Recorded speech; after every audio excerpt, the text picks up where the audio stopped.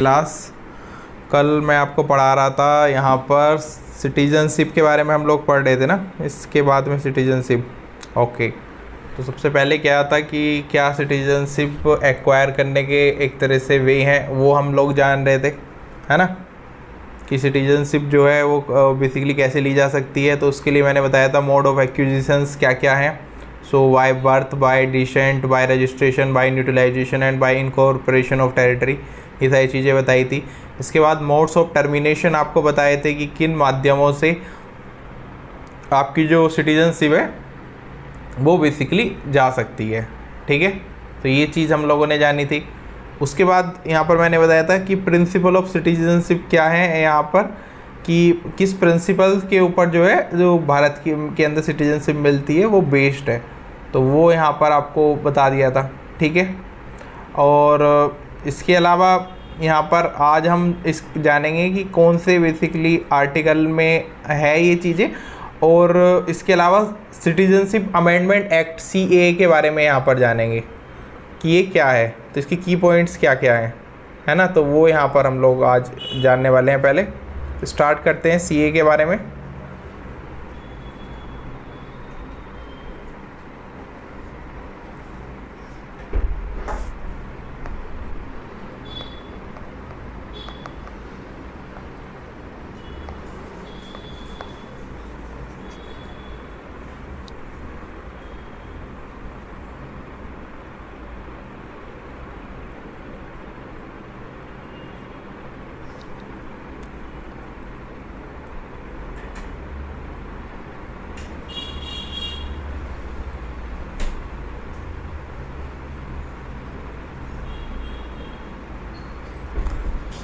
CAA की full form क्या क्या होगी, सबसे पहले तो ये बता दो, फुल फॉर्म क्या होगी CAA की। ऑब्वियसली बात है सिटीजनशिप। अरे अरे अरे, ये तो पूरा ही बंद हो गया है।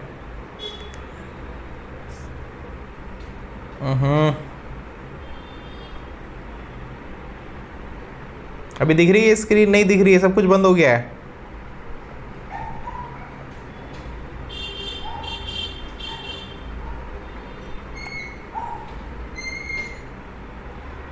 लाइवा रील देखने चली गई थी शायद, थोड़ी देर रील देख लेती हूँ। अभी सर ने लिखा है 10 तक आएंगे।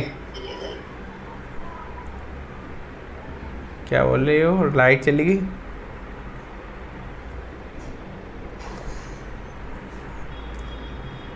चलो वापस आते हैं। CAA की बात कर रहे थे आज की क्लास में हम। पहले सिटीजनशिप अमेंडमेंट एक्ट के बारे में यहाँ पर जानेंगे, है ना।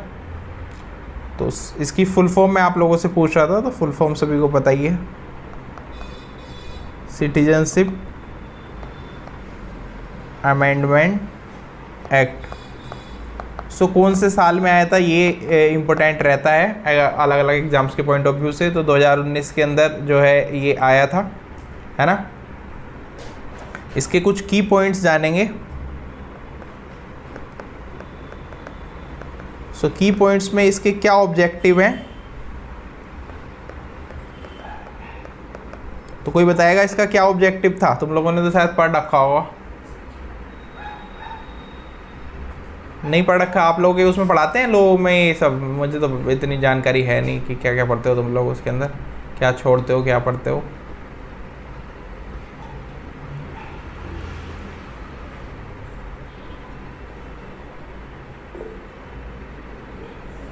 नहीं पढ़ते, नहीं पढ़ाई। टू प्रोवाइड इंडियन सिटीजनशिप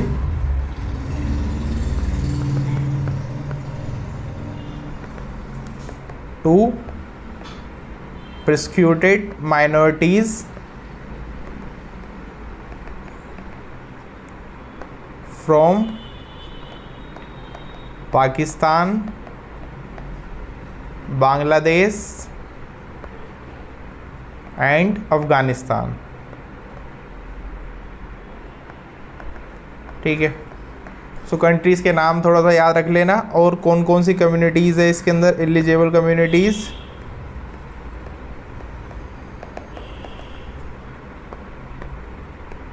तो तो हिंदूज हैं, सिख्स, इसके अलावा Buddhist, Jain, Parsis and Christian.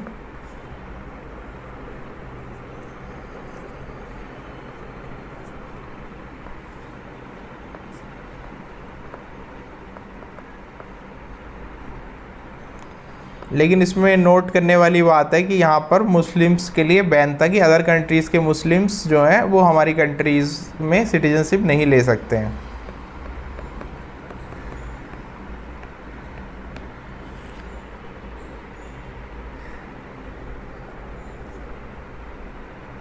और इसका क्राइटेरिया क्या था? क्राइटेरिया इसका ये था कि यहाँ पर जो भी लोग इंडिया के अंदर एंटर्ड हुए हैं, एंटर्ड इंडिया बिफोर दिसंबर 31, 2014 और lived in India at least 5 years।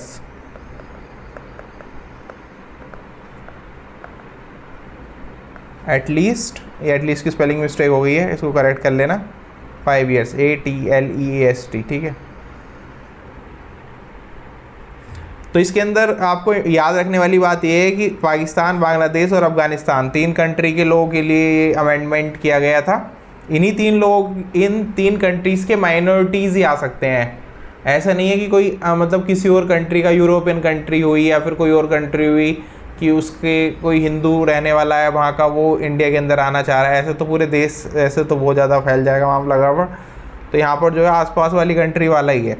और यहाँ पर जो एक्सक्लूज़न है वो मैंने आपको बता ही दिया कि इसके अंदर इन्होंने मुस्लिम्स को यहाँ पर इंक्लूड नहीं किया था। तो ये बात भी इम्पोर्टेंट है, याद रखना इस एक्ट की। एंड पर्पज़ इसका अगर हम देखें तो जो कि लिखने की आवश्यकता नहीं है, तो पर्पज़ इसका to protect religious minorities who field persecution and entered India illegally. मतलब जो भी इंडिया के अंदर इलीगली माइनॉरिटीज़ एंटर हो गए हैं तो उनकी किसी तरीके से उनको रिलीजियस बेसिस पे एक तरह से देखा जाए तो उनको एक तरह से मदद पहुंचाना, या आप कह सकते हो, क्योंकि फिर इनका मतलब ऐसा तर्क है कि अगर इंडिया में शरण नहीं मिलेगी तो और कहीं तो है, ऐसी कंट्री है ही नहीं कि इनको शरण मिले। और इसके अगर हम क्रिटिसिज्म देखें, अगर आ भी सकता है इसके ऊपर क्वेश्चन आपको कि मतलब जिसके अंदर क्रिटिसिज्म और वो दोनों चीज़ें लिखनी हो। सो अगेन ये डिस्क्रिमिनेटरी था, तो जैसे कि आपको दिख ही रहा है डिस्क्रिमिनेटरी है ही, साफ साफ रिलीजियस ग्राउंड्स हैं इसके, है ना। इसके अलावा यहाँ पर सर्कुलर प्रिंसिपल ऑफ जो कॉन्स्टिट्यूशन है हमारे, वो वायलेट कर रहा है। सर्कुलर नहीं, माफ़ कीजिएगा, सेकुलर जो हमारा प्रिंसिपल्स हैं। और सेकुलर के लिए हम लोगों ने कहाँ पे लिखा हुआ है कि हमारा देश सेकुलर है? कौन क्या क्या बोल दिया? प्रीएम्बल में लिखा हुआ है, तो एक तरह से उसका कहीं ना कहीं वोलेशन है ही सच में। एंड इसके अलावा यहाँ फर्स्ट वाला दिखा दो, ऑब्जेक्टिव।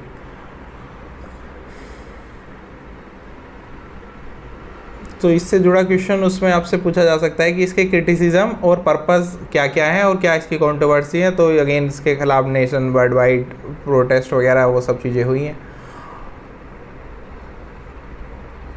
और ये जो ऑफिशियली नोटिफाइड थे 2024 से ये इनेबल हो गया था, लॉ इम्प्लीमेंटेशन चालू है इसका। तो वो कब से है? मार्च 2024 से, ठीक है। सीए का जो रूल है ऑफिशियली जो नोटिफाइड है वो 24 मार्च की डेट बताई जाती है, मार्च 2024 से, और लॉ इम्प्लीमेंटेड है।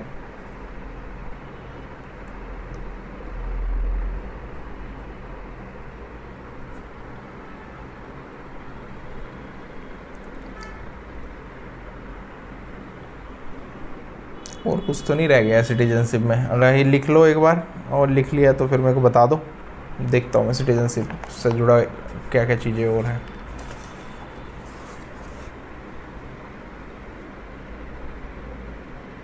बैन वैन तो नहीं लगाया सुप्रीम कोर्ट ने इस पर? सुना है कुछ लगा होगा, दिया होगा कहीं, क्योंकि केस वेस चलते रहते हैं, कभी कब डिसीजन आए क्या हुआ।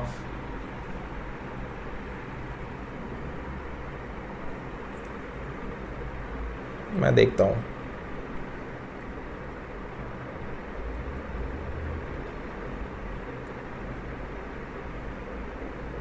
हाँ ठीक है, इम्प्लीमेंटेड है। मैं लिख देता हूँ,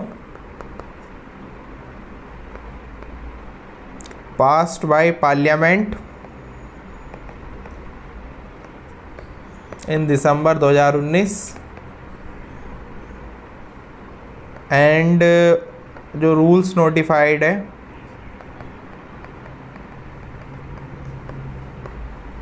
वो मार्च 11 2024 को किया गया, और जो फर्स्ट सिटीजनशिप है इसके तहत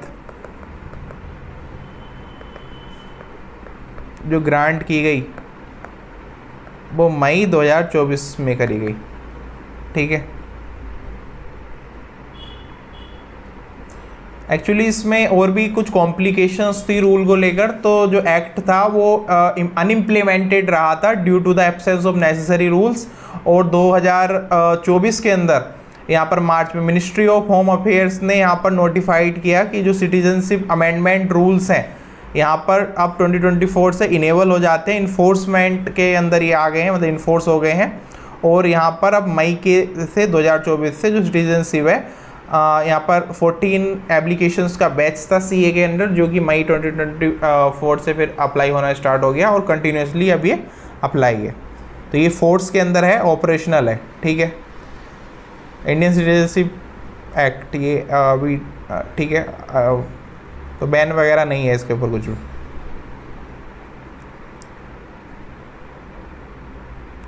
चलो ये सब हो गया है।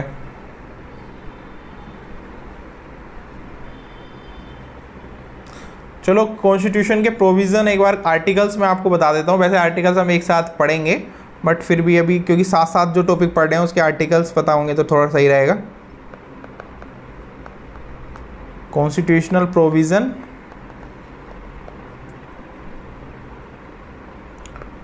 एक लाइन में लिखूंगा, पूरा एक्सप्लेन नहीं कर रहे हैं। यहाँ पर आर्टिकल 5 ये डिफाइन करता है सिटीजनशिप को, कि सिटीजनशिप होती क्या है ना, सिटीजनशिप। ठीक है, उसके बाद आएगा आर्टिकल 6, तो इसके अंदर एड्रेस किए गए हैं ADDRESSES राइट्स ऑफ सिटीजनशिप। और मैं तो कहूँगा कि आप लोग इसके साथ साथ ही अगर आर्टिकल वगैरह याद करने की तुम्हें है चुल, तो अभी से ही इनके साथ साथ पढ़ते चलो, क्योंकि मतलब थोड़ा थोड़ा आइडिया भी रह जाएगा कि भाई ये कॉन्स्टिट्यूशन उससे जुड़ा हुआ है, ये आर्टिकल्स टेरिटरी से जुड़े हुए हैं। पहले क्या होता है, कोई भी पहले अगर जैसे राजा का राज भी हो या कुछ भी हो, तो सबसे पहले क्या आती है, भूमि आती है ना, फिर भूमि आती है। अब फिर भूमि के ऊपर कौन रहेंगे, लोग रहेंगे, तो लोग आ जाएंगे, सिटीजनशिप सिटीजन्स आ जाएंगे। ऐसे करके थोड़ा सा इसको याद रखो। आर्टिकल 6 हो गया है, ठीक है, एड्रेस राइट्स ऑफ सिटीजनशिप। इसके अलावा आर्टिकल 7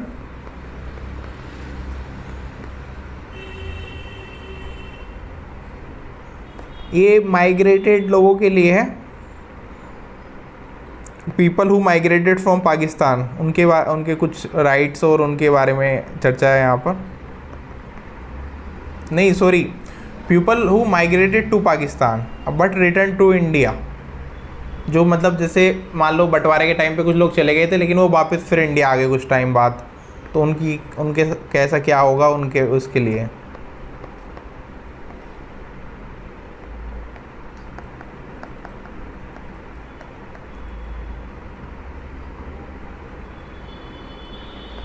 इसके अलावा यहाँ पर आर्टिकल 8 आ जाएगा, फिर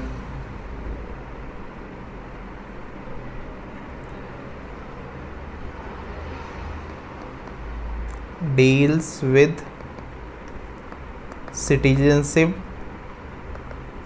rights for Indians residing abroad।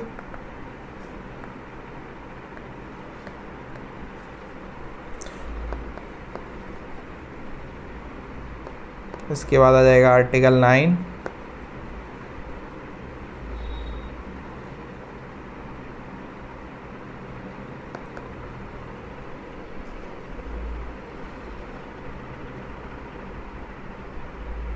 इसके अंदर ये है कि इंडिविजुअल्स जो हैं जो वॉलंटरी यहाँ पर एक तरह से एक्वायर कर रहे हैं फॉरेन सिटीजनशिप को, एक्वायरिंग फॉरेन सिटीजनशिप, तो उनके बारे में है कि कैसे क्या रहेगा, उनकी इंडिया की सिटीजनशिप कैंसिल हो जाएगी एक्सेट्रा एक्सेट्रा। इसके अलावा बस एक दो और लिखेंगे। आर्टिकल 10, आर्टिकल 10 के अंदर है राइट्स ऑफ सिटीजनशिप, और एक लास्ट आर्टिकल 11 और सिटीजनशिप समाप्त। ये एम्पावर करती है पार्लियामेंट को,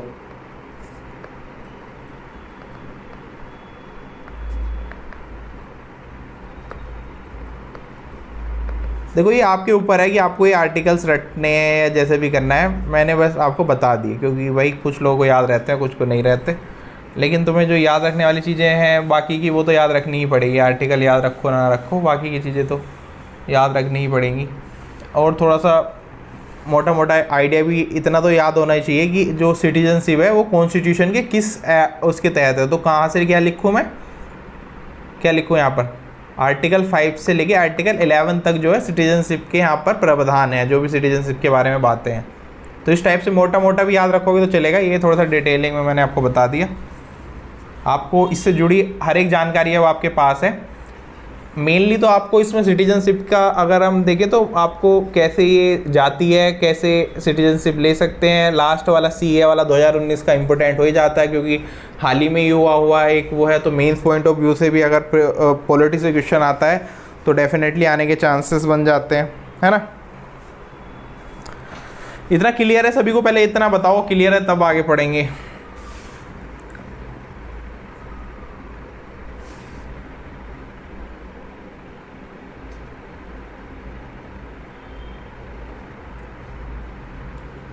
ठीक है ना, अभी क्लियर हो गया। बाकी अभी इसके MCQs कल सारे MCQs प्रैक्टिस कर लेंगे तो और आप लोगों को क्लियर हो जाएगा कि कैसे क्वेश्चंस आ सकते हैं। Okay, done done done done. चलो नेक्स्ट, फंडामेंटल राइट्स, ये तो तुम्हें पता ही होंगे। सर आप सिटीजनशिप एक्ट 1955 को कराओगे? उससे क्वेश्चंस मैं तो देखे नहीं कि पूछते हैं। बाकी अगर आप लोगों ने कहीं क्वेश्चंस वगैरह देखे हैं तो बताना। हमारे जितना काम का है, हम पॉलिटी पढ़ रहे हैं ना, हम वो नहीं पढ़ रहे हैं ना पूरा कॉन्स्टिट्यूशन, हम पॉलिटी पढ़ रहे हैं। तो जितना हमारे काम का उतना पढ़ रहे हैं, डोंट वरी अबाउट इट।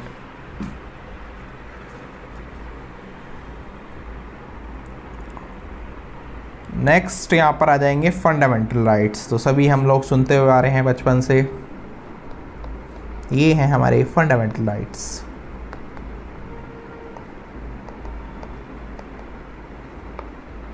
किसी को पता हो तो बताओ कि कौन से पार्ट के अंदर है।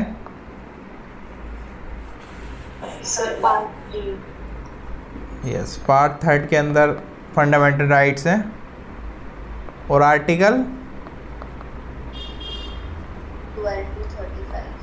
12 to 35। ठीक है,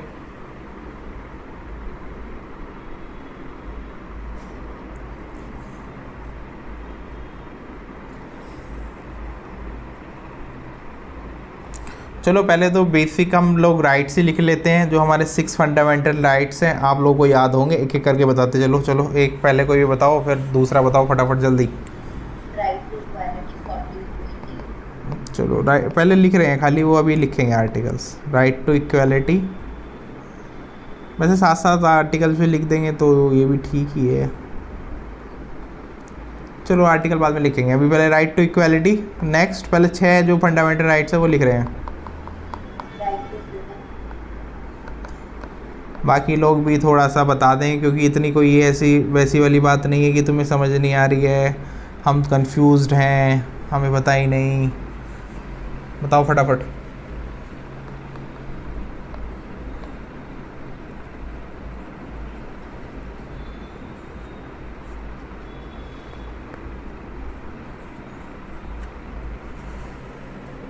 सर राइट अगेंस्ट एक्सप्लॉयटेशन। हाँ, लाइबा मैम जाएंगी तुम्हारा पेपर देने। लाइबा मैम अभी उन्होंने 3rd सेमेस्टर भी पास नहीं करा है, वो तुम्हें चीटिंग तक नहीं करा सकती हैं। आशीष कैसी कैसी बातें करते।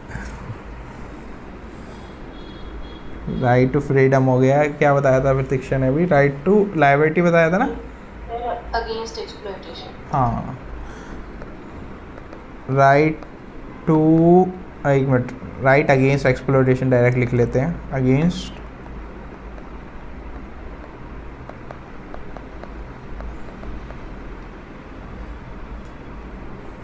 हाँ, ये right to freedom of religion इसी के अंदर आ जाएगा, इसमें ही ऐड कर लो। इफ फ्रीडम हर चीज़ के वो लेकर ही है। ये तो अलग है ना। वो देखो दो तरह के हैं, एक तो राइट टू लाइबिलिटी हो जाएगा जो पर्टिकुलर फ्रीडम्स इसके अंदर आ जाएंगे, और एक हो जाएगा right to freedom to religion. तो वो लाइबिलिटी वाले, वो आपने सेकंड लिखा है वो राइट टू फ्रीडम, हम इसको हम रिलीजन वाले के अंदर रख रहे हैं। अभी हम दूसरा वाला लिखेंगे जिसके अंदर पर्टिकुलर फ्रीडम्स आ जाएंगे, जैसे हम कहीं भी घूम सकते हैं, कहीं भी जा सकते हैं, तो हम राइट टू लाइबिलिटी लिख लेंगे, उसको लिख लेते हैं। नेक्स्ट ही इसके अंदर हम लिख सकते हैं पर्टिकुलर फ्रीडम्स। फ्रीडम की भी डेफिनेशंस है ना, कि तुम ऐसे नहीं है कि ज़बरदस्ती मतलब दूसरे की टेरिटरी में घुस रहे हो और फिर बोल रहे हो हमारा तो राइट टू फ्रीडम है।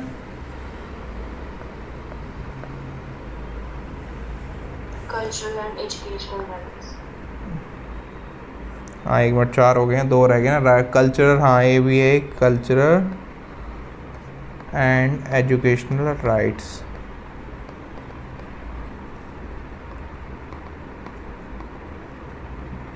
और एक और है लास्ट, क्या है, right to constitutional remedies. Right to constitutional remedies. क्या होता है ये कॉन्स्टिट्यूशनल रेमेडीज, मुझे नहीं पता, बताओ, मैं इतना पानी पीऊँ।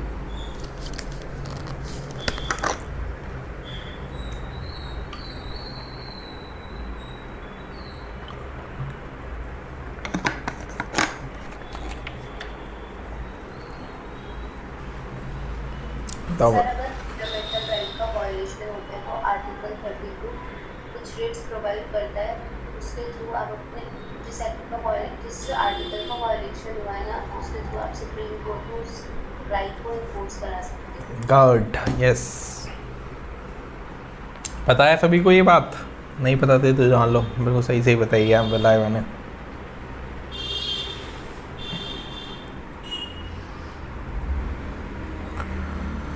तो हमारे कुल मिला के 6 फंडामेंटल राइट्स हैं, जिसमें से ये हम लोगों ने यहाँ पर लिखे हैं राइट टू इक्वालिटी। ये बच्चों वाली चीज़ें, मतलब हम लोगों ने बचपन में भी पढ़ी है ना, तो वैसे वाले भी मैं बोल रहा हूँ। वैसे तो ये सबसे ज़रूरी चीज़ें हैं, मतलब बचपन में भी हमें रटाए जाते थे ना, पता नहीं तुम्हारे स्कूल में थे नहीं थे, फिर बोलोगे कि हमें तो याद ही नहीं है ऐसा नहीं करते ना, सभी को, सभी के उसमें होते थे यार, ये तो सिलेबस में आई थिंक सभी के सिलेबस में थे ही, कि right to equality, right to freedom to religion, right against exploitation, और right to liability and culture and education rights, rights to constitutional remedies. ठीक है, अब आर्टिकल 14 कहता है इक्वालिटी बिफोर लॉ, है ना। अब आर्टिकल्स एक एक करके सारे जान लेते हैं। सबसे पहले राइट टू इक्वालिटी, ये कौन से आर्टिकल्स हैं जो हमें इक्वालिटी प्रोवाइड कराते हैं, तो इसके अंदर आ जाएगा 14 से 18 तक, है ना। तो यहाँ पर 14 क्या कहता है, इक्वालिटी बिफोर लॉ।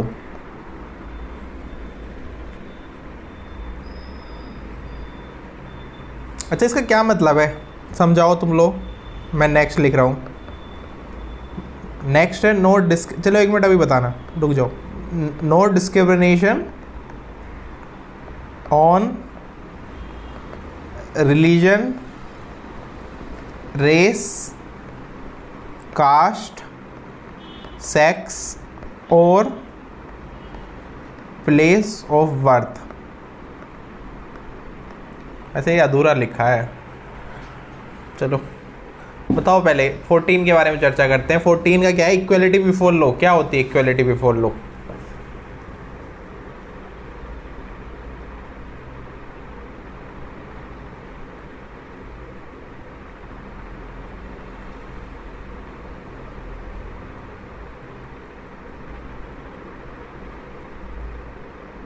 जल्दी से बताओ।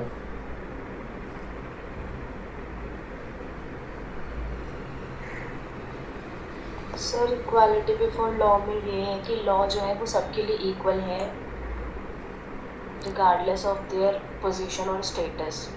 मतलब चाहे वो विमेन हो, चाइल्ड हो या ओल्ड एज पर्सन हो, सबके लिए लॉ जो है वो इक्वल है। बिल्कुल ठीक। तो समझ आ गया पहला वाला आर्टिकल क्या है, आर्टिकल 14। प्रतीक्षा ने यहाँ पर एक्सप्लेन किया बिल्कुल सटीक तरीके से। इक्वालिटी बिफोर लॉ का सिंपल मीन्स है कि लॉ जो है सभी को, चाहे वो अमीर आदमी हो, गरीब आदमी हो, पावरफुल आदमी हो, कोई नॉन पावरफुल आदमी हो, मजदूर हो, तो ऐसा कॉन्स्टिट्यूशन कहता है। ठीक है, एक मिनट रुको, अभी सुनता हूँ लाइव, एक मिनट रुक जाओ।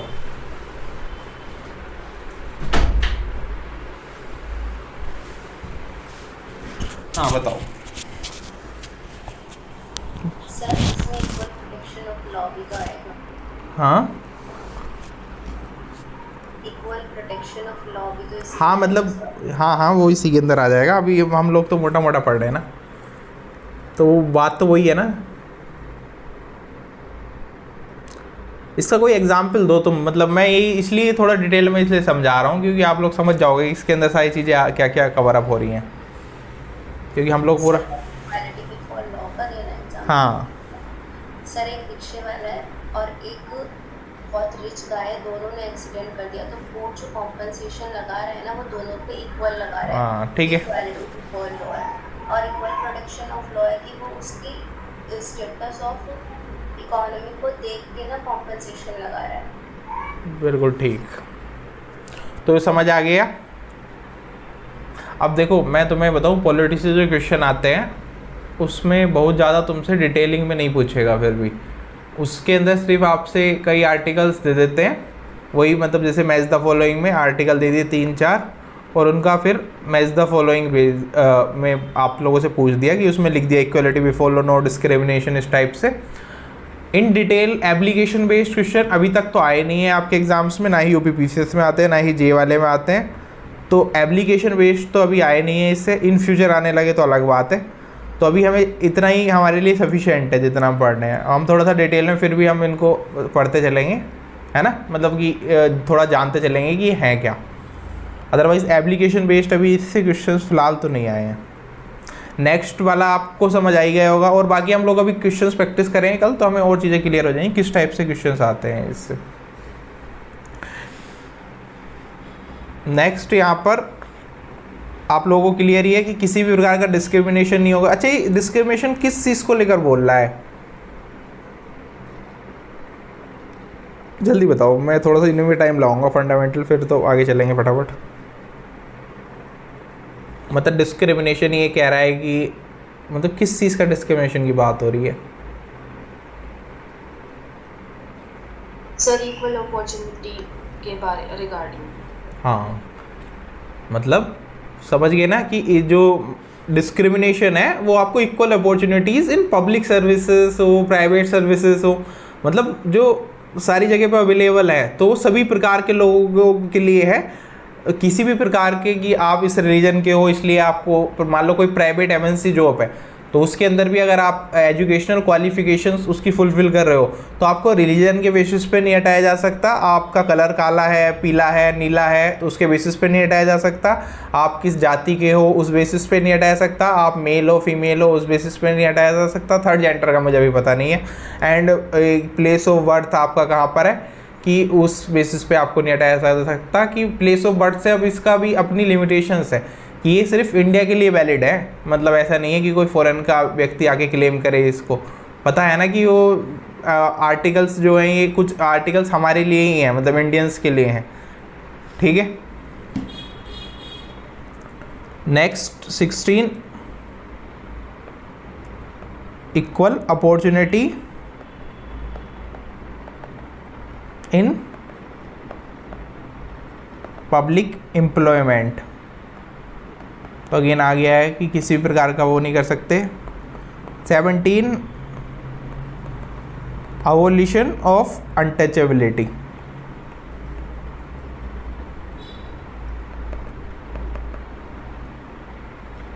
अच्छा, अच्छा ये कहाँ किस सेंस में लगेगा अनटचेबिलिटी का? मान लो तुम अपने घर में हो, तुम नहीं आने दे रहे हो किसी को, या फिर अपने लोन में बैठे हो नहीं घुसने दे रहे हो, या कुछ भी, मतलब किस सेंस में लगेगा ये अनटचेबिलिटी? या फिर मान लो तुमने अच्छे से कपड़े पहने आज, तुम नहीं चाहते कोई तुम्हारे कपड़े गंदे करे, वो तो कहेगा तुझमें तो छूंगा मैं आज मतलब ये किस सेंस में है? किसी सेंस में तो होगा।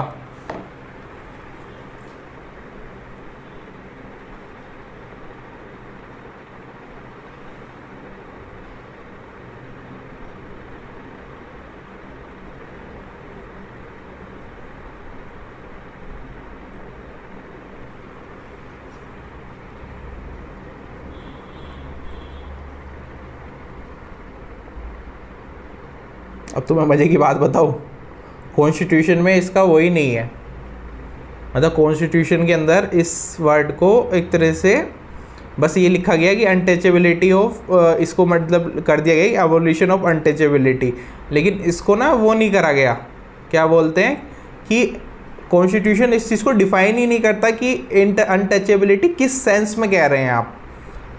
मान लो कोई, अब ऐसे कोई किसी को छू सकता है, या फिर ज़बरदस्ती कोई किसी को छू सकता है, छूना अलाउड है, या फिर मान लो कोई किसी के साथ अलग वे में भी बिहेव कर रहा है, वो अनटचेबिलिटी है। तो इसका कुल मिला के पता नहीं है हमें, बस ये है कि कास्ट बेस्ड डिस्क्रिप्शन की, जैसे फॉर एग्जांपल इसको कुछ ऐसा समझ सकते हो, जैसे कोई पब्लिक प्लेस पे कोई चीज़ बट रही है मान लो, तो उस वे में अगर तुम डिस्क्रिमिनेट कर रहे हो तो वहाँ में भी ये लॉ अप्लाई हो सकता है।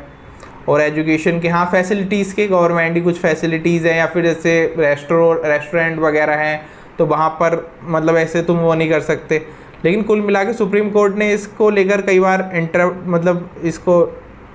इसकी इंटरप्रिटेशन करने की कोशिश की, लेकिन वो सब हिस्टोरिक बेसिस पर ही है, समझ रहे हो? पब्लिक वाला बोल रहे हो वो तो फिर उसमें आ जाएगा ना, डिस्क्रिमिनेशन में नहीं तो आ जाएगा ना, यहाँ पे तो अनटचेबिलिटी की बात हो रही है। नहीं, मैं अनटचेबिलिटी के सेंस में तो कह रहा था कि मतलब अगर कोई अनटचेबिलिटी के बेसिस पे कर रहा है, कि मतलब छुआछूत के बेसिस पे, मैं वैसे वाले में नहीं कह रहा डिस्क्रिमिनेशन की किसी का वो देख के।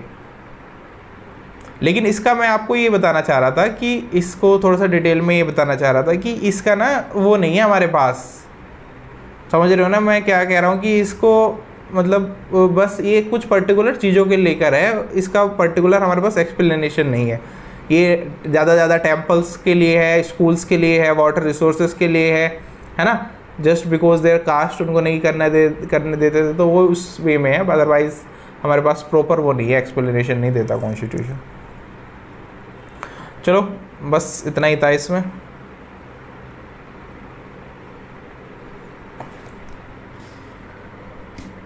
एक और है नेक्स्ट 18 तो रह गया हमारा, एवोल्यूशन ऑफ टाइटल्स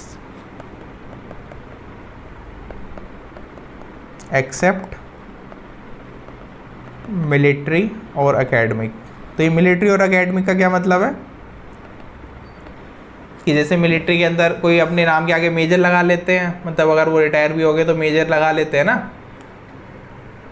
तो वैसे वाले वे में कि वो टाइटल्स वगैरह लगा सकते हैं। एकेडमिक में जैसे कई लोगों को डॉक्टरीन का वो कंप्लीट करने के बाद डॉक्टर लगा लेते हैं, मतलब पीएचडी वगैरह, तो वो लगा सकते हैं। इसके अलावा अलग अलग जो टाइटल्स हैं उनको अबोलिश कर दिया गया था, लेकिन कोई नाम ही अपना रख ले वैसा तो क्या ही उसके ऊपर काम करेगा।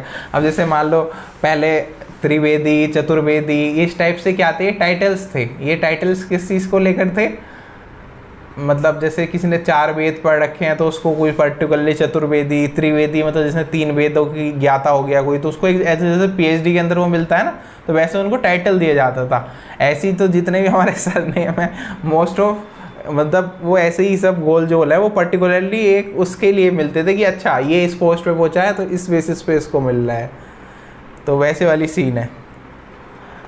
तो यही है। अब नेक्स्ट पढ़ते हैं हम राइट टू फ्रीडम, आर्टिकल्स 19 से लेके 22 तक। मोस्टली एक जो आता है ना एग्जाम्स के अंदर, जो अक्सर पिछले सालों में काफ़ी बार पूछा जा चुका है, वो अभी मैं बताऊंगा। आर्टिकल 24 है। 24 के अंदर क्या है, प्रोहिबिशन ऑफ चाइल्ड लेबर। तो ये क्वेश्चन कई बार आ चुका है एग्ज़ाम के अंदर। कि घुमा फिरा के पूछते ही रहते हैं वो किसी तरीके से।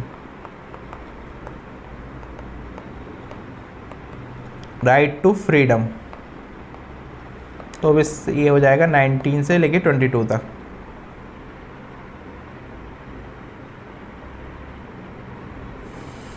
तो 19 आएगा।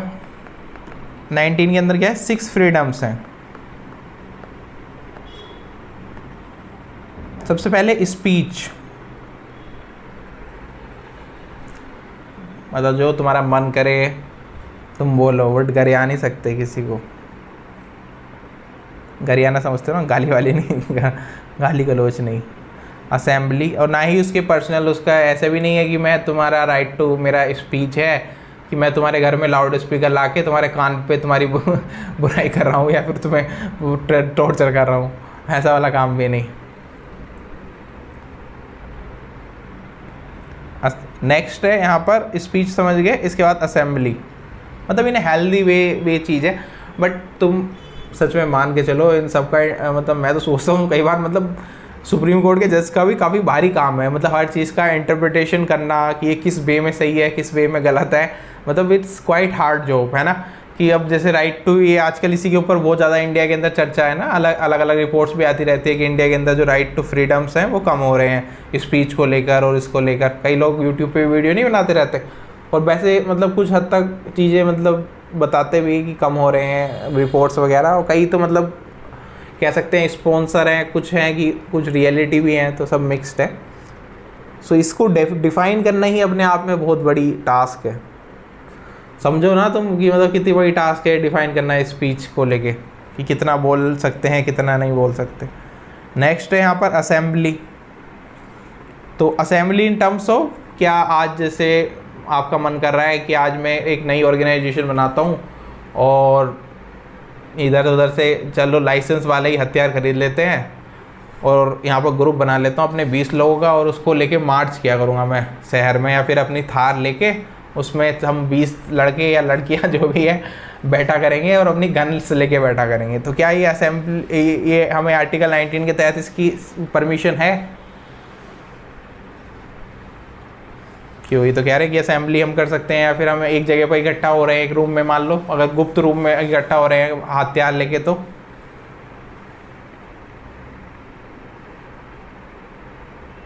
हाँ पीसफुल असेंबली ओनली, कि जस्ट आपको 10 आदमी हो, 10 आदमी एक जगह खड़े हो रहे हो, आप पार्क में खड़े हो रहे हो या कहीं भी खड़े हो रहे हो, इन ए पीसफुल मैनर।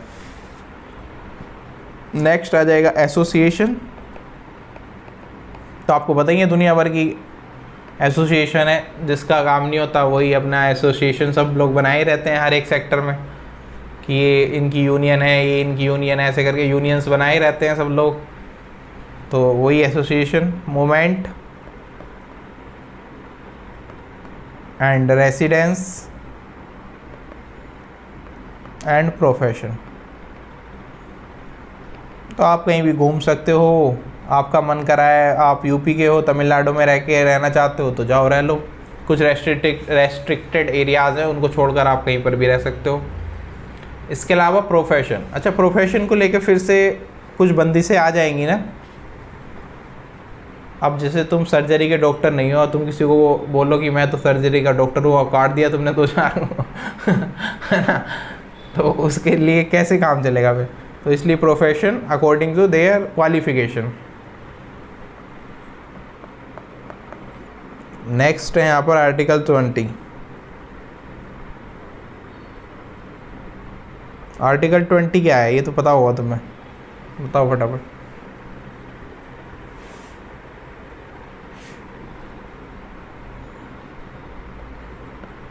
प्रोटेक्शन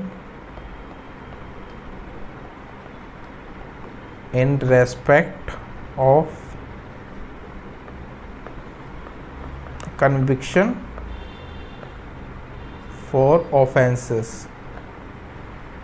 ओके, तो मतलब कुछ हद तक किसी उसमें हाँ सही है, कन्वेक्शन वगैरह के लिए, और कोई ऑफेंस जो किया है तो मतलब जैसे वो होता है ना पहले से ही वो कर लेते हैं, क्या कर लेते हैं, जैसे किसी ने कोई कांड कर दिया या फिर किसी का नाम FIR में आ गया, तो कई लोग क्या करते हैं कोर्ट से पहले ही वो ले लेते हैं उसका नाम मेरे को याद नहीं आ रहा, क्या बोलते हैं उसको जो पहले ही वो ले लेते हैं ना, कुछ उसको टेक्निकल टर्म्स में बोलते हैं, मेरे को तुम लोग याद दिलाओ कुछ, क्या बोलते हैं उसको। मतलब बेल जो है वो पहले से ही ग्रांट करा लेते हैं डिस्ट्रिक्ट कोर्ट वगैरह से, तो उस सेंस में है। नेक्स्ट है 21, 20 हो गया ना, प्रोटेक्शन सही है, ठीक है। नेक्स्ट आ जाएगा प्रोटेक्शन ऑफ लाइफ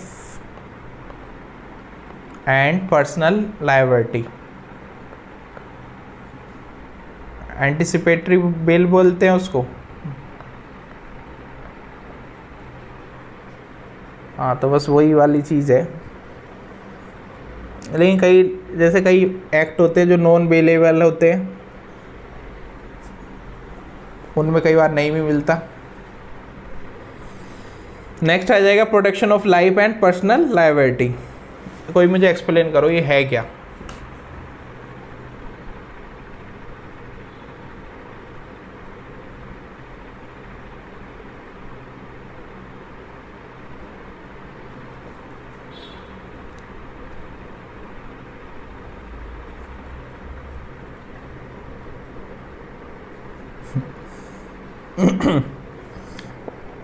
बताओ जल्दी से, आर्टिकल 21 क्या कहना चाह रहा है ये। Sir, protection of state action. मतलब स्टेट एक्शन का इन टर्म्स ऑफ कि जैसे कुछ, मतलब मुझे एग्जांपल दो थोड़ा सा, मुझे भी नॉर्मल भाषा में समझाओ, मैं आपको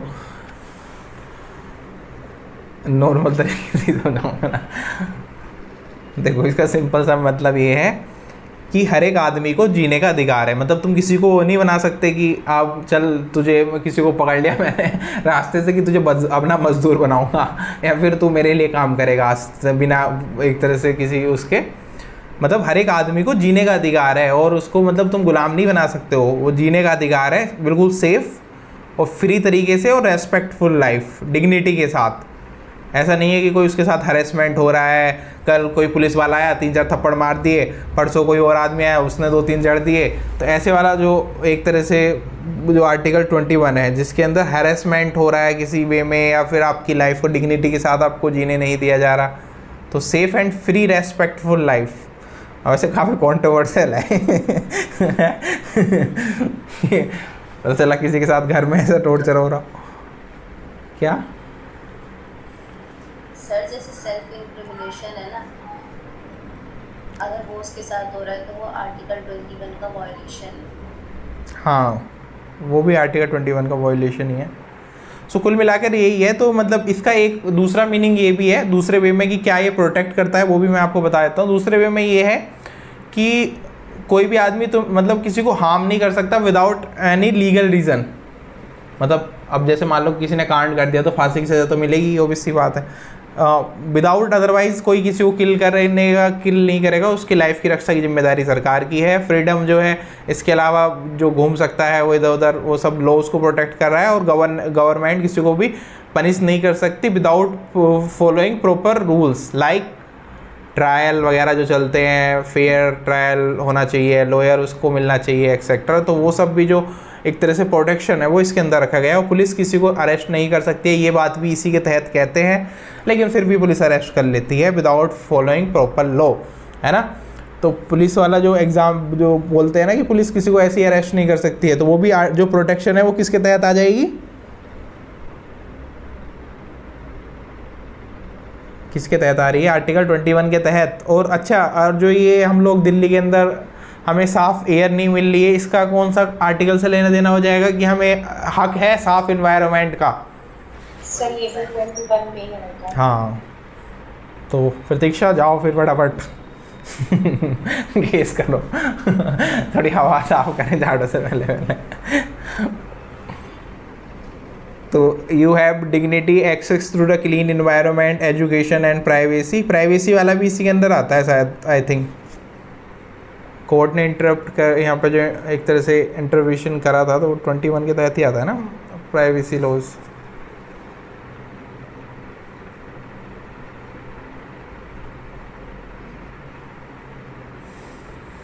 चलो, तो मैंने बता दिया आपको। आर्टिकल 21 हमारा हो चुका है। अब बढ़ते हैं आर्टिकल 21 से आगे, अदरवाइज़ यहीं रह जाएंगे हम आर्टिकल 22 की तरफ।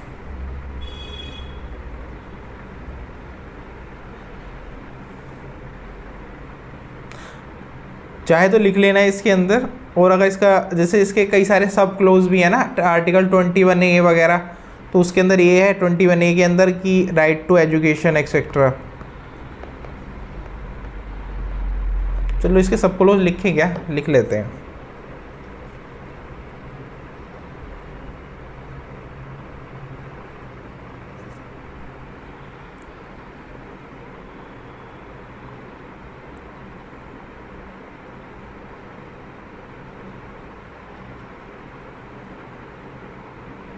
ये छोड़ो, इसके अंदर बहुत सारी चीज़ें आ जाएंगी, फिर बहुत लंबा हो जाएगा।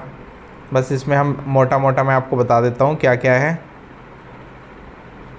राइट टू प्राइवेसी इसी के अंदर आ जाएगा। और ये किस केस के अंदर आया था, तो केस लिखना है तो लिख लेना, जस्टिस KS पुट्टास्वामी केस 2017। हाँ सही है।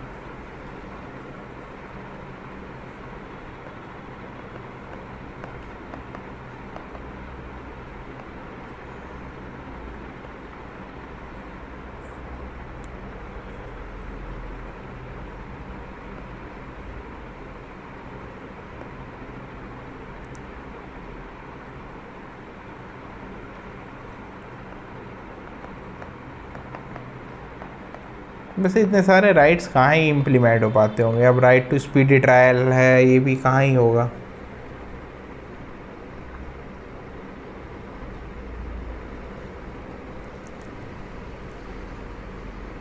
इसके अंदर इवन ये भी राइट टू डाई वाला भी आ जाता है, right to die with dignity.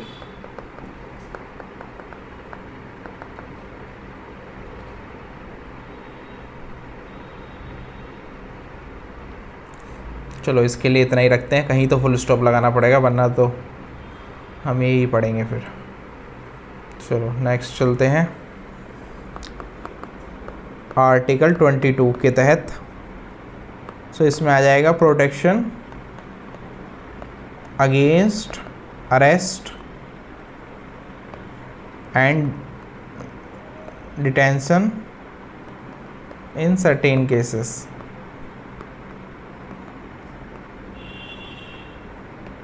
ठीक है, अब इसके अंदर डिटेलिंग में काफ़ी सारे अलग अलग क्लोज है कि किस में है किस में नहीं मिलेगा प्रोटेक्शन, तो वो आपके काम का नहीं है, हमारे लिए इतना ही ज़रूरी है पॉलिटी के हिसाब से। चलो अब नेक्स्ट कुछ इम्पोर्टेंट्स हैं। राइट अगेंस्ट, तो सोने का अधिकार भी इसी के अंदर है ना, 21 के अंदर ही। सोना बहुत ज़रूरी है ना Pratiksha. Right against exploitation EX।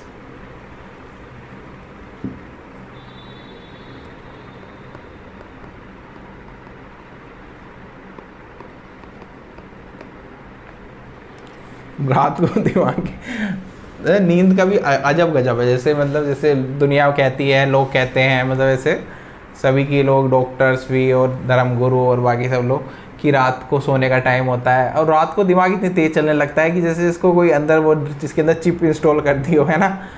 रात को दिमाग की स्पीड बढ़ जाती है, जबकि ऐसा बोलते हैं कि 7-8 बजे तो एकदम ऐसा नींद आनी चाहिए जैसे भयंकर सी, तुम खाट पे गए लेट गए। आज तक कोई मैंने ऐसा नहीं सुना इंसान जो ऐसा बोलता हो कि मेरे को 7-8 बजे ऐसी लेट के नींद आ जाएगी। इवन 9 बजे भी ऐसी दिमाग चलता रहता है, 10 बजे भी चलता रहता है। अदरवाइज जैसे बोलते हैं कि 7 से 9 का टाइम जो होता है ना, वो बेस्ट टाइम होता है कि उसमें तुम्हें नींद तुरंत आ जाती है। अब मुझे लग रहा है थोड़े नियम बदल गए, नियम कायदे कानून बदल गए हैं टाइम के साथ में। वरना जैसे दोपहर को तुम लोग खाना वाना खाओ, उस टाइम कितनी तेज़ नींद आती है, उस टाइम ज़रूरत है तुम्हें किसी चीज़ की ज़बरदस्ती करने की अपने दिमाग के साथ, उस टाइम कोई ज़रूरत नहीं होती है। और कुछ मेरे जैसे भी हैं जिनको दोपहर में भी नींद नहीं आती है। चलो राइट अगेंस्ट एक्सप्लॉयटेशन,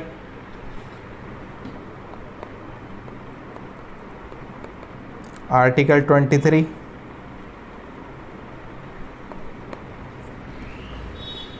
वेदिका क्लास में नहीं है क्या? वेदिका तुम आंसर क्यों नहीं कर रही हो? कहाँ हो तुम क्लास में? और सौम्या भी आंसर नहीं कर रही है। कर्तव्य तो शायद मुझे लग रहा है कहीं आज बाहर दावतें उड़ा रहा है। आशीष और बाकी लोग के आंसर्स आ रहे हैं। कहाँ हो तुम? हेलो हेलो हेलो सौम्या, वेदिका। ओके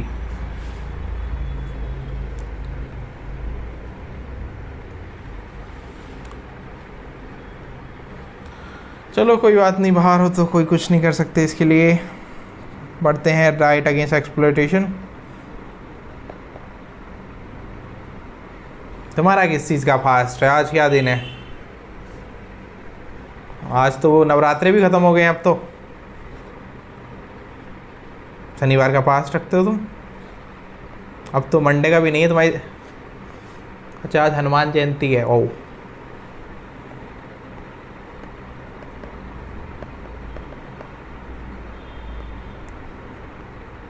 आशीष कोई बात नहीं, तुम तो वैसे भी नहीं बोलते।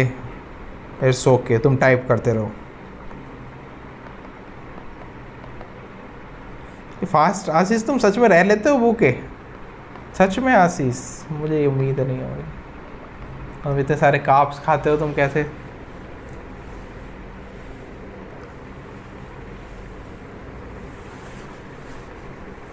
हाँ हनुमान जी का वो है आज।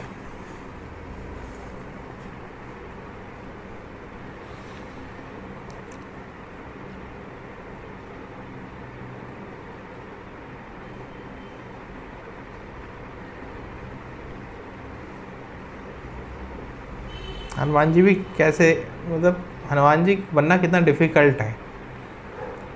मतलब वो अपने एक तरह से स्वामी की सेवा के लिए बिना निस्वार्थ भाव से ये कार्य करते ही रहते थे। मतलब उनको ज़रूरत ही नहीं थी, ना ही उन्होंने कभी भगवान राम के सामने इच्छा रखी है अपने जीवन में कि मुझे ये चाहिए वो चाहिए, मेरे को ये वाली शक्ति दे दो या मुझे ये पावर दे दो, मेरी शादी करवा दो।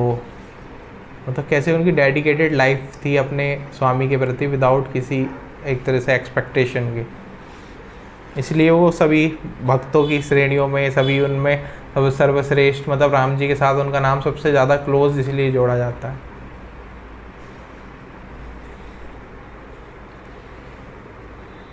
चलो वापस आते हैं आर्टिकल 23 के ऊपर। तो prohibition of human trafficking and forced labour. अब जल्दी से मुझे ये बता दो कि अब जो मैं नेक्स्ट आर्टिकल लिखने वाला हूँ इसके तहत, रिसेंट रूलिंग के तहत कितने साल के बच्चों को यहाँ पर आप वो नहीं करा सकते काम? प्रोहिबिशन ऑफ रिसेंट रूलिंग के तहत, देखो रिसेंट रूलिंग के तहत कुछ। हाँ चेक करो एक बार, गूगल से कंफर्म कर लो, क्योंकि ना कुछ चेंजेस हुए थे मुझे जहाँ तक याद है, इसलिए मैं बोल रहा हूँ। नहीं तो मैं देख लेता हूँ अगर नहीं पता चल रहा तो।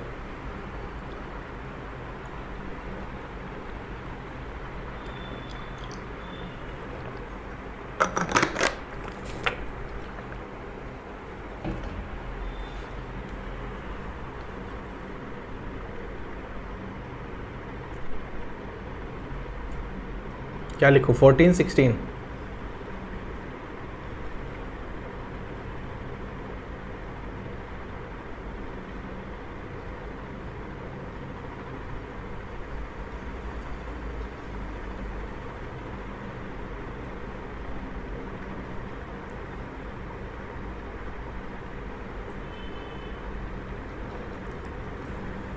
तो देखो इसके अंदर ना दो चीज़ें हैं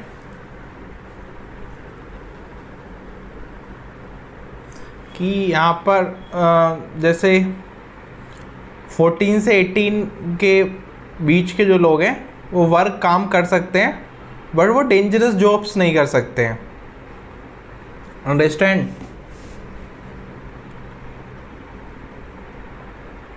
समझ आ रहा है? और जो 14 तक हैं वो यहाँ पर जो है वो बेसिक, मतलब जैसे कुछ काम कर सकते हैं, जैसे मान लो कि एंटरटेनमेंट इंडस्ट्री हो गई है ना, तो उसमें वो काम कर सकते हैं। ऐसा नहीं सारी जगहों पर नहीं कर सकते। और इसके अलावा यहाँ पर अगर वो अपने छुट्टियों के अंदर कुछ काम करना चाह रहे हैं, अपने फैमिली बिजनेस में काम करना चाह रहे हैं, तो क्या वो अपराध होगा या नहीं होगा? ये मेरा क्वेश्चन है आप लोगों से। जैसे मान लो आपके घर में कोई फैमिली शॉप ही है और आपको बैठा दिया गया उस पर स्कूल के बाद, तो आप फिर आपके माँ बाप पे या फिर आपके जो भी जिन्होंने आपको बैठाया उनके ऊपर कार्रवाई होगी या नहीं होगी? क्योंकि ये तो कहता है कि 14 साल से कम के बच्चों को नहीं बैठाया जाएगा। नहीं, मान लो मैं आपको कंडीशन दे रहा हूँ कि इसमें कहा गया है कि 14 साल से नीचे के बच्चा काम बिल्कुल नहीं करेगा। तो इन एनी ऑक्यूपेशन, तो अगर मान लो वो सोप के ऊपर काम कर रहा है तो वो क्या वैलिड है या नहीं है, उसका डिपेंड नेचर ऑफ वर्क भी कंडीशन दे देता हूँ कि वो मान लो होटल का ही काम है या किसी का काम है।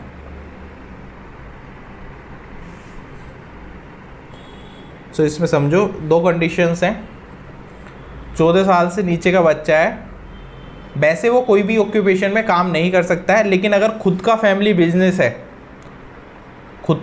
बिजनेस है तो वो आफ्टर स्कूल या फिर वैकेशन के दौरान काम कर सकता है वो, ठीक है, आफ्टर स्कूल, और इवन कोई और जगह पर भी वो काम कर सकता है आफ्टर स्कूल आवर्स या फिर वैकेशन के दौरान। बस काम की कंडीशन ये है कि काम डेंजरस नहीं होना चाहिए, ठीक है। और इसके अलावा यहाँ पर स्ट्रिक्ट कंडीशन के तहत अलग अलग कंडीशन है, इसके अंदर फिर सब क्लोज लॉज है कि अगर एंटरटेनमेंट इंडस्ट्री में भी काम कर रहा है तो बच्चे के लिए अलग अलग वो है कि लगभग जैसे कि 5 घंटे 4 घंटे ही काम कर सकता है, इससे ज़्यादा काम नहीं करेगा। तो ये सब उसके एक तरह से अधिकार है। मैं बच्चे को काम मिल गया फिर तो आजकल लोग उस पर इंस्टाग्राम पे तो रूल के बाद वही ढूंढना ही मुश्किल पड़ जाएगा कि कौन सा रूल काम कर रहा है कौन सा नहीं कर रहा। इसके अलावा मैंने आपको बता ही दिया 14 से 18 वाले काम कर सकते हैं यहाँ पर, बट अगेन फैक्ट्रीज, माइनिंग्स और केमिकल्स वगैरह वाली जगह पर नहीं कर सकते हैं। तो क्लियर हो गया ना? ये थोड़ा सा मैं डिटेलिंग में आपको बताना चाह रहा था, इसलिए आपको ये दोनों आर्टिकल को रट्टा मार लेना। एग्जाम्स में काफ़ी बार पूछे जा चुके हैं, प्रीलिम्स के अंदर ही, तो बिल्कुल अच्छे से याद कर लेना इनको। बढ़ते हैं नेक्स्ट। हाँ लाइबा सर वो एज वाला लिखवा दो। एज वाला लिख लो।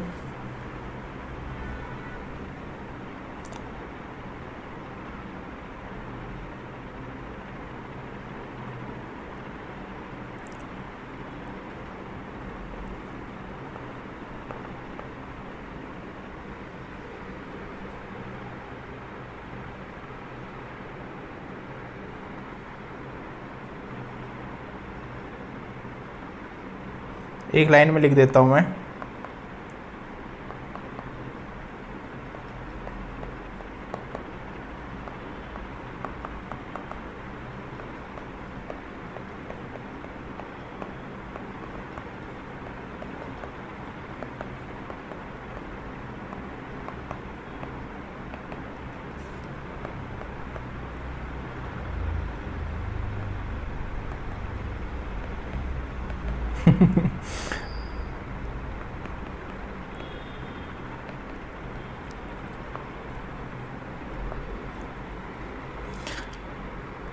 एक प्रतीक्षा और एक लाइवा, इन दोनों को ना अगर ऐसे टास्क दिया जाए कि एक कॉपी को तुम्हें 5 बार, नोटबुक को 5 बार पढ़ना है, लेकिन रेगुलर वही पढ़ना है, तो ये बेचारी कर नहीं पाएंगे उस चीज़ को। दोनों हाथ खड़ा कर देंगे क्योंकि बोर होने लगती है ये बोर होने लगती है। हाय अब जल्दी करो, कुछ बढ़ाओ इसको आगे, कुछ नया करो। कभी तुम खुद ही देखना अपनी ज़िंदगी में, तुमने एक किताब कभी 5 बार छोड़ो 3 बार भी नहीं पढ़ी होगी, ना ही 2 बार पढ़ी होगी। नेक्स्ट है यहाँ पर children between 14 to 18 years can work but not in HDS। बस इसमें इतना ही है, ठीक है, लिख लो अब तुम्हें जिसको भी लिखना है। मैं इतने नेक्स्ट आर्टिकल की तरफ बढ़ते हैं।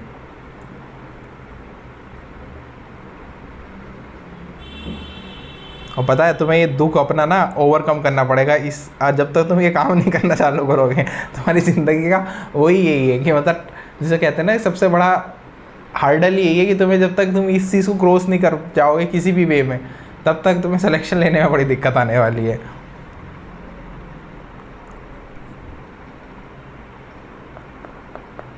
क्योंकि ना सच में यार उसके अंदर जो एफिशिएंसी मतलब वो आती है ना कि तुम ये चीज़ बिल्कुल करेक्ट कर पाओगे, वो तभी भी आ पाती है जब इंसान पूरा उसमें मतलब उसको बार बार रिवाइज करा जाए, बार बार उसी चीज़ को रिवाइज करा जाए। क्योंकि हमें कई बार हमारा मन भ्रम में डाल देता है कि हमें तो पता है, हमने तो आर्टिकल पढ़ लिए, आज एक बार रिवाइज कर लिया हो गया हमारा। लेकिन ऐसा नहीं होता है, हमारा मन कई चीज़ों में ऐसी छोटी छोटी मिस्टेक्स करता है जो हम मतलब खुद ही आइडेंटिफाई नहीं कर पाते, और फिर वो बाद में ही वही मिस्टेक्स फिर एग्ज़ाम्स में भी करते हैं। तो इसके लिए हर एक चीज़ को बारीकी से पढ़ना और बार बार पढ़ना ही सॉल्यूशन है। और ये आपके लिए नहीं, सभी के लिए बात है मोस्ट ऑफ की। हम लोग करते ही नहीं है ये चीज़, बट आप लोगों की थोड़ा ज़्यादा प्रॉब्लम है, तो इसलिए आप लोगों को मैनेज करना मुश्किल है।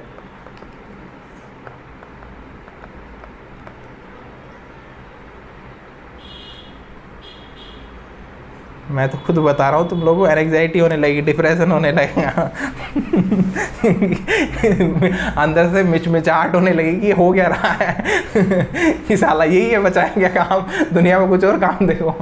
तो तुम लोग अंदर से गुस्सा चिड़चिड़ापन बढ़ने लगेगा इस काम से।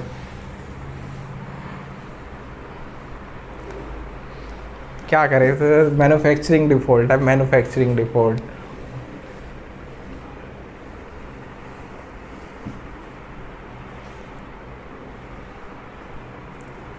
चलो लिखो, फटाफट लिख लिया तो मुझे बताओ, फिर next to right to religion की तरफ बढ़ते हैं। फ्रीडम ऑफ रिलीजन,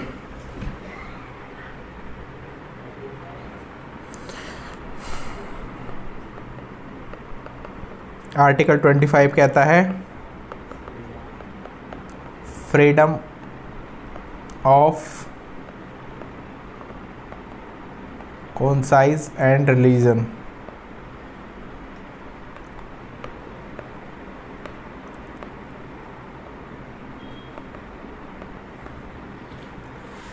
पहले लिख लेते हैं एक बार। 26 के अंदर फिर है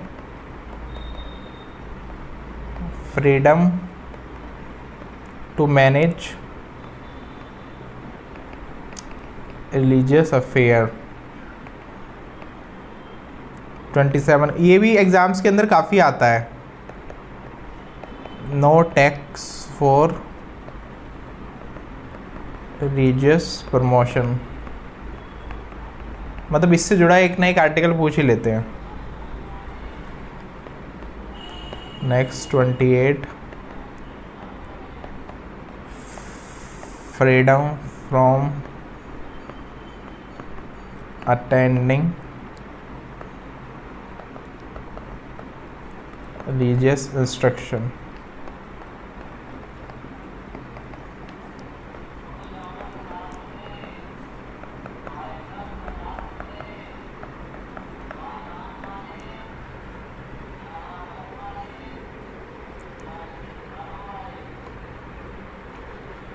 तो क्या क्या है यहाँ पर आर्टिकल्स, क्या कह रहे हैं यहाँ पर? ये आर्टिकल 25 क्या कह रहा है कि आप किसी भी धर्म, श्रद्धा,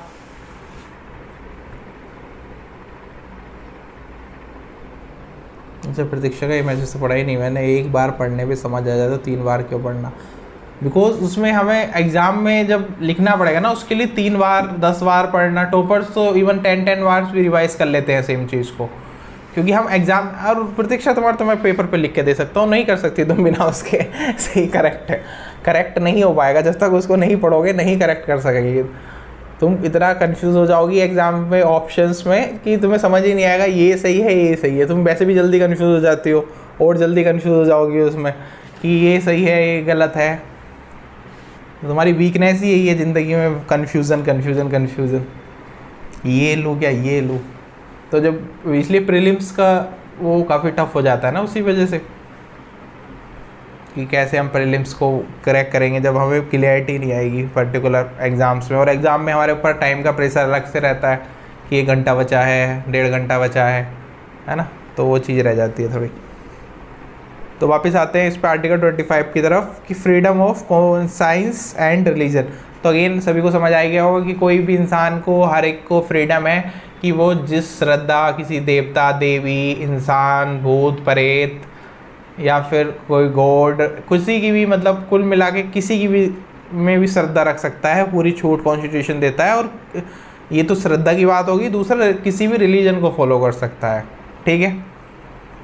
उसके बाद article 26 freedom to manage religious affairs. तो हर एक कम्युनिटी के अपने अपने कुछ रूल्स हैं, अपने अपने कुछ चीज़ें हैं कि कैसे काम करेंगी, कि आज के दिन हम खाना नहीं खाएंगे, आज के दिन खाना खाएंगे, ये दिन हमारे लिए अच्छा है, ये दिन बुरा है। तो ये सारी चीज़ें जो आ जाएंगी, एक तरह से रिलीजियस अफेयर्स ही तो हो गए हैं कि कौन सा रिलीजियस अफेयर्स क्या है, कि कौन सी चीज़ें कम होंगी। तो ये आर्टिकल 26 के तहत इसकी छूट है।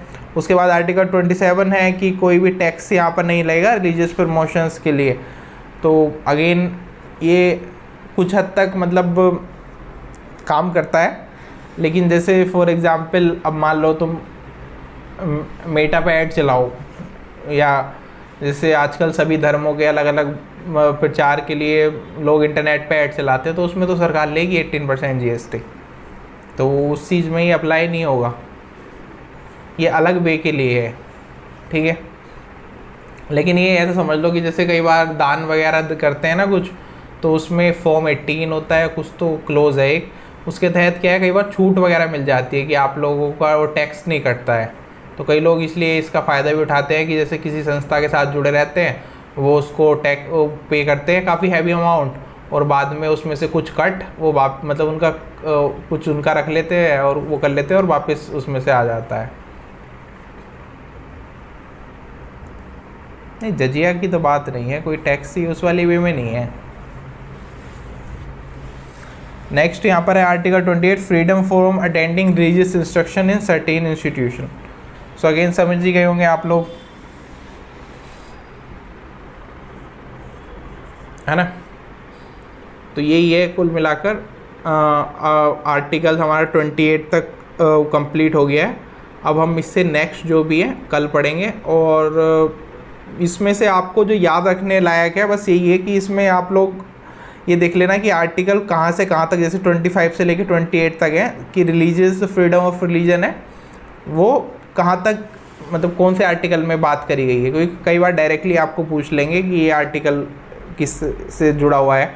मान लो आपसे पूछ लिया कि right to freedom of religion, जैसे ये किस आर्टिकल के तहत है, तो ऐसे सिंपल क्वेश्चंस भी आ जाते हैं। बाकी हम लोग कल वापस से वो करेंगे MCQs, तो आप लोगों को थोड़ा सा और क्लियर हो जाएगा, ठीक है।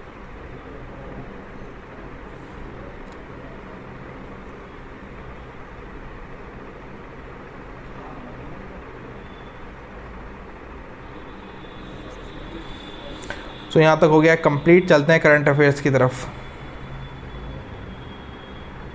ये वाला अगर किसी को समझ नहीं आया तो बता दो, मैं बता सकता हूँ। ये वाला ये मतलब उस सेंस में है कि जैसे कुछ रिलीजियस एजुकेशंस होते हैं ना, स्कूल्स एंड कॉलेजेस होते हैं पर्टिकुलरली,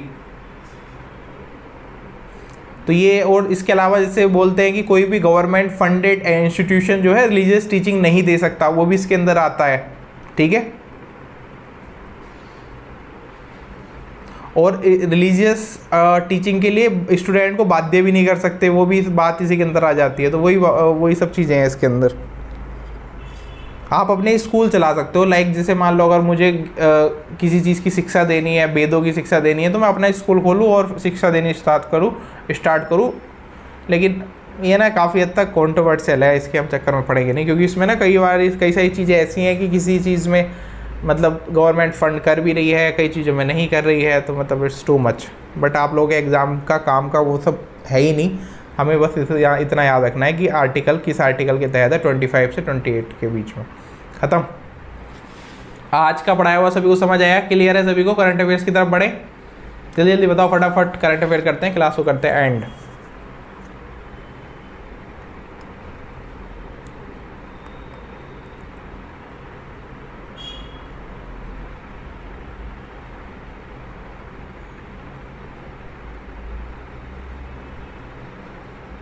बताओ।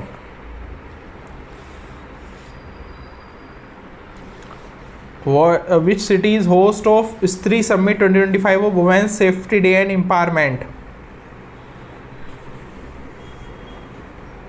स्त्री समिट, वाह नाम अच्छा रखा है।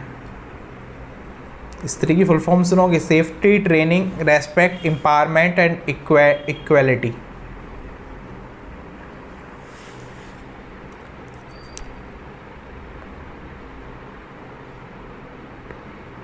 It is Hyderabad, correct. Next है यहाँ पर legionnaires disease that was recently seen in the news is caused by which agent.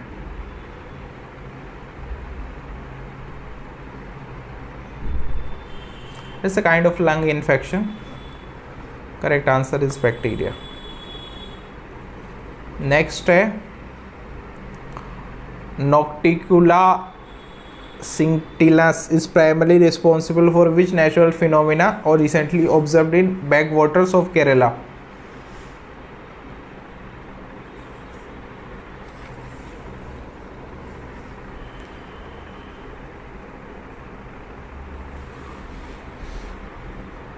Bioluminescence.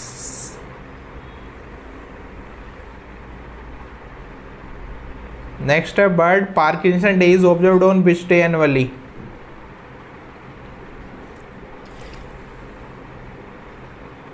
Parkinson क्या होता है, पढ़ाया था ना मैंने, क्या होता है पार्किंसन? ये एक प्रकार की बीमारी है जिसमें इंसान के हाथ पैर खुद ही कांपने लग जाते हैं, उसके दिमाग का डोपामिन लेवल्स कम होने लगते हैं और काफ़ी कॉमन बीमारी है और बूढ़े लोगों को तो अक्सर हो जाती है। ये इंसान के ज़्यादा दुखी रहने के कारण भी हो जाती है और कई जेनेटिक डिसऑर्डर्स भी इसमें कंट्रीब्यूट करते हैं। 10 मिलियन लोगों को तो ये मतलब इंडिया के अंदर भी रिपोर्ट करी गई है, तो आप लोग समझ सकते हो कितनी बड़ी बीमारी है। इसमें लोगों का ब्रेन जो है सही से काम नहीं करता, तो उनके जो हाथ पैर है वो अपने आप चलने लगते हैं। जैसे बूढ़े लोगों को देखा ना, हाथ कांपने लगते हैं उनके और उनसे हाथ का गिलास भी नहीं पकड़ा जाता, गिलास।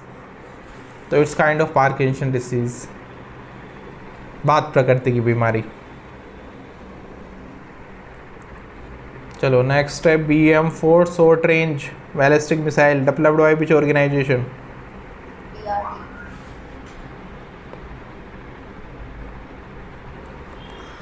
नेक्स्ट है where was global technology summit 2025 held? अब इससे बात है नई दिल्ली में ही होगी, भारत मंडपम जिंदाबाद।